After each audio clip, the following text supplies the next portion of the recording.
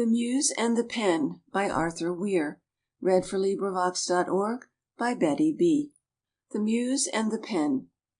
The Muse, renowned in ancient story, but seldom seen these humdrum times, came down to earth in all her glory, to put new life in modern rhymes.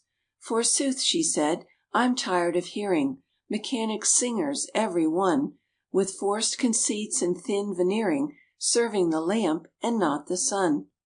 The Muse was but a simple maiden, Who loved the woodlands, meads, and streams. With odorous buds her gown was laden, Her hair was bright with rippling gleams. And murmuring an Arcadian ditty, She wandered, with uncertain feet, In wonder through the crowded city, Bewildered by each clattering street. She gazed upon the hurrying mortals, Each busy with his own affairs.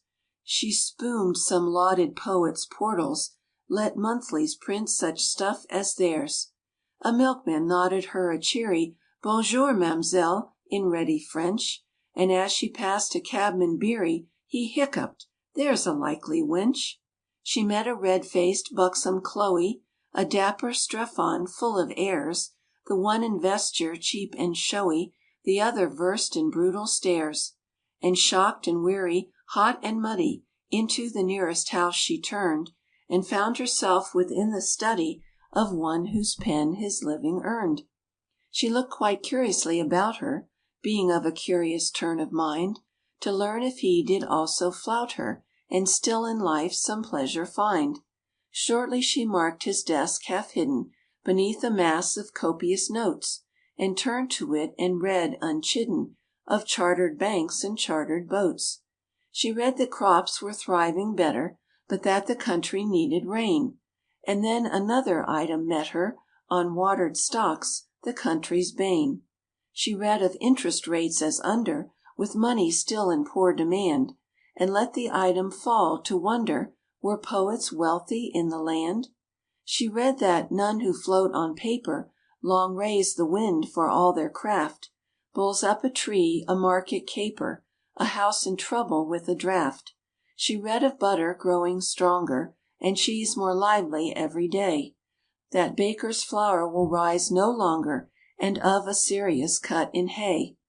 As still she turned the litter over, Reading an item now and then, She did beneath the pile discover, And pounce upon the writer's pen. And by the charm the Muse possesses, She'd made it speak like flesh and blood. O happy pen, to have her tresses Fall round thee in that solitude! "Dear pen," she cried, "in what strange service Is this I find thy skill employed? Thy master's style seems bright and nervous, Yet is of sense a little void." The pen replied, "O gracious lady, Trade questions are considered here, And thou wilt find transactions shady By master's hand made easily clear." The pouting Muse her pretty shoulder Shrugged as she listened to the pen.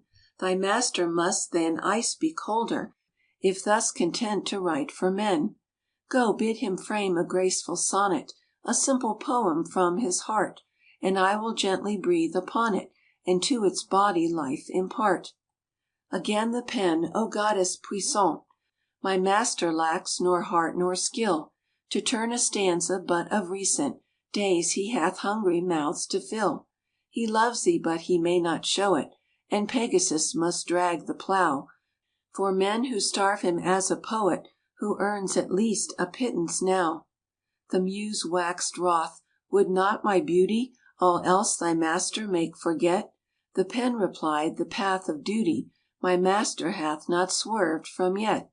Thy beauty haunts his every vision, Sweet on his ear thine accents fall; Yet could he tread the fields Elysian, Thinkest thou, while suffering loved ones call? But I can make his name immortal." "Immortal shame," replied the pen, "When he should pass death's sombre portal, And stand before his God, what then? He hath a godlike awful function To shield his own from want and wrong. Wouldst have him then without compunction Barter his birthright for a song? "I am his trusted friend unflagging, I help him win his daily bread; Though heart may ache or thought be lagging, Still must the ink be ever shed. Yet oft he lays me down, and sighing, looks through the casement at the stars. And then I know his soul is trying vainly to pass beyond its bars. A soldier in the war of labor, he battles on from day to day, swinging the gold compelling sabre, nor finding time to pluck a spray. Nay more, he must through glorious bowers press harshly on with heavy tread, crushing to earth the beauteous flowers with which he fain had wreathed thy head. The Muse grew pensive, softly sighing. She said, "Now pity him I can. Strong, purposeful, and self–denying, here I have what I seek, a man. Would that this noble self–surrender, these high resolves, this purpose stern, might yet the grander verse engender, and brighter make his genius burn? How grief must gnaw his heart asunder, as still fate balks him day by day! Nay," cried the pen, "thou mayst wonder, but know my master's heart is gay. Perchance at times, a pang concealing, his face grows sad, but not for long, for sweet loved arms around him stealing, fill all his soul with unvoiced song." The Muse above the table bending, laid her warm lips upon the pen, a thrill throughout its fibres sending, "This for thy master." Slowly then she passed away, and after never the writer labored, but a throng of fancies cheered him, singing ever, "The Muse hath crowned each unvoiced song."